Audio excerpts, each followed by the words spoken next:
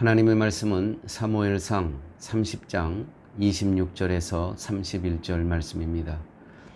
다윗이 시글락에 이르러 전리품을 그의 친구 유다 장로들에게 보내어 이르되 보라, 여호와의 원수에게서 탈취한 것을 너희에게 선사하노라 하고 베델에 있는 자와 남방 라못에 있는 자와 얏들에 있는 자와 아로엘에 있는 자와 신못에 있는 자와 에스드모아에 있는 자와 라갈에 있는 자와 여라무엘 사람의 성읍들에 있는 자와 겐 사람의 성읍들에 있는 자와 홀마에 있는 자와 고라산에 있는 자와 아닥에 있는 자와 헤브론에 있는 자에게와 다윗과 그의 사람들이 왕래하던 모든 곳에 보내었더라.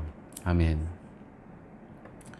오늘 여러 지명의 사람들이 나오는데 이 사람들은 사실은 아말렉과의 전쟁에서 전쟁에 참여하지 않은 사람들입니다. 그러나 다윗은 이 모든 사람에게 전유물을 똑같이 분배하고 있는 모습을 보게 됩니다. 마태복음 20장 1절의 말씀입니다. 포도원 품꾼의 이야기가 나오죠. 천국은 마치 품꾼을 얻어 포도원에 들여 보내려고 이른 아침에 나간 집주인과 같으니, 천국을 어떤 장소로 말하는 것이 아니라 주인으로 말하고 있습니다. 이른 아침에 나간 집주인과 같다는 거예요. 천국이. 즉 천국은 사람을 가리켜 천국이라고 말하고 있습니다. 그래서 어느 한 사람이 어떤 사람이 있느냐에 따라서 그 공동체가 천국으로 바뀔 수도 있고 지옥으로 바뀔 수도 있는 겁니다. 한 사람이 중요합니다. 품꾼을 구하러 간 주인의 마음이 곧 천국이다라고 마태복음 20장에서는 이야기합니다. 주인에 의해 포도원에서 일하게 된 품꾼은 각기 일한 시간으로 구분되어집니다. 이른 아침에 가서 일한 사람과 맨 나중에는 11시, 오후 5시, 6시에 끝나는데 1시간 전에 불은 받은 사람으로 구분되어집니다. 그런데 주인은 일한 시간과는 아무 상관없이 동일하게 품삯을 줍니다. 동일하게. 1시간 일한 사람이건 8시간 일한 사람이건 품삯이 똑같이 줍니다. 이에 대해 일찍 와서 더 많이 일한 사람들이 주인을 원망합니다. 사실 품꾼들에게는 한 데나리온씩의 품삯이 약속하고 그 품꾼들이 와서 일하기 시작했거든요. 그러니까 예를 들어서 8시간에 한 데나리온 이렇게 약속을 하고 온 겁니다. 그러므로 그들에게 8시간 일하고 한 데나리온의 품삯을 줬다고 해서 주인이 약속을 어긴 것도 아니고 그들이 손해본 것도 없습니다. 그런데 늦게 와서 자기들과 똑같이 품삯을 받는 것으로 인해서 마치 자신들의 손해보는 것 같은 느낌을 가졌다는 것이죠. 하지만 주인의 입장에서는 늦게 와서 일한 사람에게 동일하게 품삯을 주는 것은 주인의 뜻일 뿐입니다. 이처럼 천국은 우리가 일한 시간과 양을 보고 그에 따라 차별하는 것이 아님을 이 비유를 통해 알 수가 있습니다.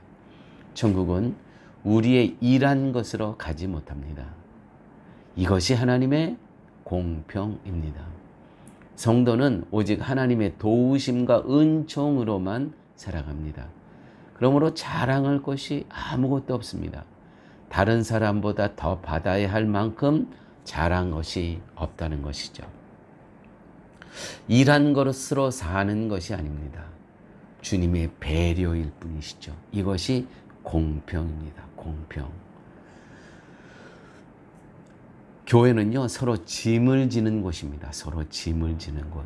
사무엘상 30장 내용이 다윗은 피곤한 사람들을 그대로 쉬게 합니다. 지금 아말렉 600명과 함께 가는데 중간에 200명은 우리는 도저히 피곤해서 더 이상 갈 수가 없습니다. 그냥 쉬게 합니다. 그 사람들을. 그래서 400명만 데리고 가죠. 그러나 전리품은 동일하게 분배합니다. 만약 전투에 군사력이 필요했다면 이렇게 하지 못했을 것입니다. 비록 피곤하다 할지라도 억지로라도 싸우게 하였을 것이라는 것이죠. 하지만 사람의 힘으로 싸우는 전투가 아니었기에 피곤한 자는 쉬게 할 수 있었던 것입니다. 그런데 전쟁에 나간 400명은 그 중에 일부는 이렇게 이야기하죠.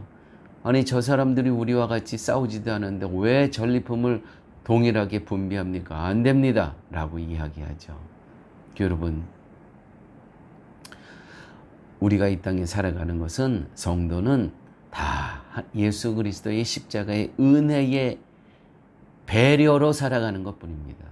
이것이 공평이라는 것이죠. 정말 정확한 잣대로 하게 되면 우리가 이 은혜를 받아 누릴 그런 자격이 있는 존재들입니까? 그렇지 않습니다. 그런데요, 이렇게 다윗은 피곤한 자는 쉬게 하고 또 전리품은 동일하게 배분하는데, 반면에 사람의 힘으로 싸우는 아말렉은 다른 모습을 보여줍니다. 30장 13절 말씀입니다. 다윗이 그에게 이르되 너는 네게 속하였으며 어디로서냐 가로되 나는 애굽 소년이요 아말렉 사람의 종이더니 사흘 전에 병이 들며 주인이 나를 버렸나이다. 다메섹을 막 쫓아가는데 저기 내 아내도 있고 아들도 있고 우리의 모든 물건이 갖고 다 가고 있는 저 아멜렉을 쫓아가는데 중간에 죽어가는 한 소년을 본 거예요. 근데 이 소년에게 물어봤더니 아말렉 사람의 자기는 종이었고 사흘 전에 병이 들며 주인이 나를 버렸나이다. 아말렉을 쫓던 다윗이 들에서 애굽 이 소년 하나를 만났는데 그는 병이 들어 아말렉 사람인 주인이 버렸다는 것이죠. 버림받았다는 것이죠. 즉 병이던 사람은 쓸모가 없기에 버리는 겁니다.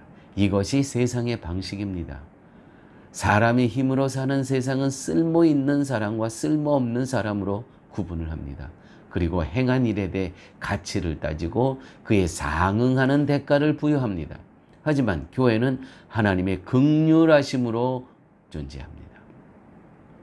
인간의 힘이 아니기에 인간의 행위와 조건을 보며 쓸데있는 사람과 없는 사람으로 구분할 수 없는 것이 어디다? 교회인 것입니다.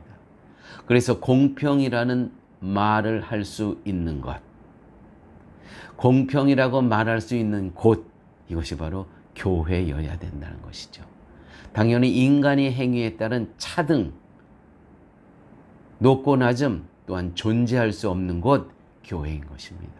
다시 한번 제가 3회에 걸쳐서 하나님의 공평에 대해서 본문을 통해서 말씀을 드리고 있는데, 우리가 죽어서 천국에서도 차등이 있을 것이다. 사랑하는 여러분, 차등 없습니다. 하나님의 나라에는 차등이 없습니다. 왜요? 하나님의 마음은 공평하신 마음이기 때문에 차등이 있을 수가 없죠. 누구는 더 좋은 곳에서, 누구는 열악한 곳에서 인간의 이 땅에 살아가는 그 행위에 따라서 그렇게 천국에서도 차등이 있다. 누구는 고급 맨션에서 살고, 누구는 허접한 헛간에서 살고, 천국에서도 이렇게 살 수 있겠습니까? 아닙니다. 공평하신 하나님께서는 예수 그리스도의 십자가의 은혜로 천국에서 우리가 누려야 될 영원한 복을 동일하게 허락해 주신다는 것이죠. 이 공평의 정신이 사랑의 교회에 그대로 시행되어짐으로써 하나님의 공평이 무엇인가를 증거하고 나타내는 교회로 존재할 수 있기를 바랍니다. 이것이 참된 교회이기 때문입니다. 아버지 하나님, 감사합니다. 사무엘상 30장을 통해서 하나님의 공평에 대해서 이렇게 같이 나눌 수 있게 하나님 은혜를 허락하여 주심을 감사합니다. 아버지 하나님, 하나님께서 우리에게 허락하여 주신 천국은 나의 행위로가 아니고 예수 그리스도의 십자가의 은혜로, 이 배려로 이러한 하나님의 복을 받아 누림을 기억하면서 늘 겸손한 자로 이 땅의 삶 살게 하여 주옵소서. 예수님 이름으로 기도드렸습니다. 아멘.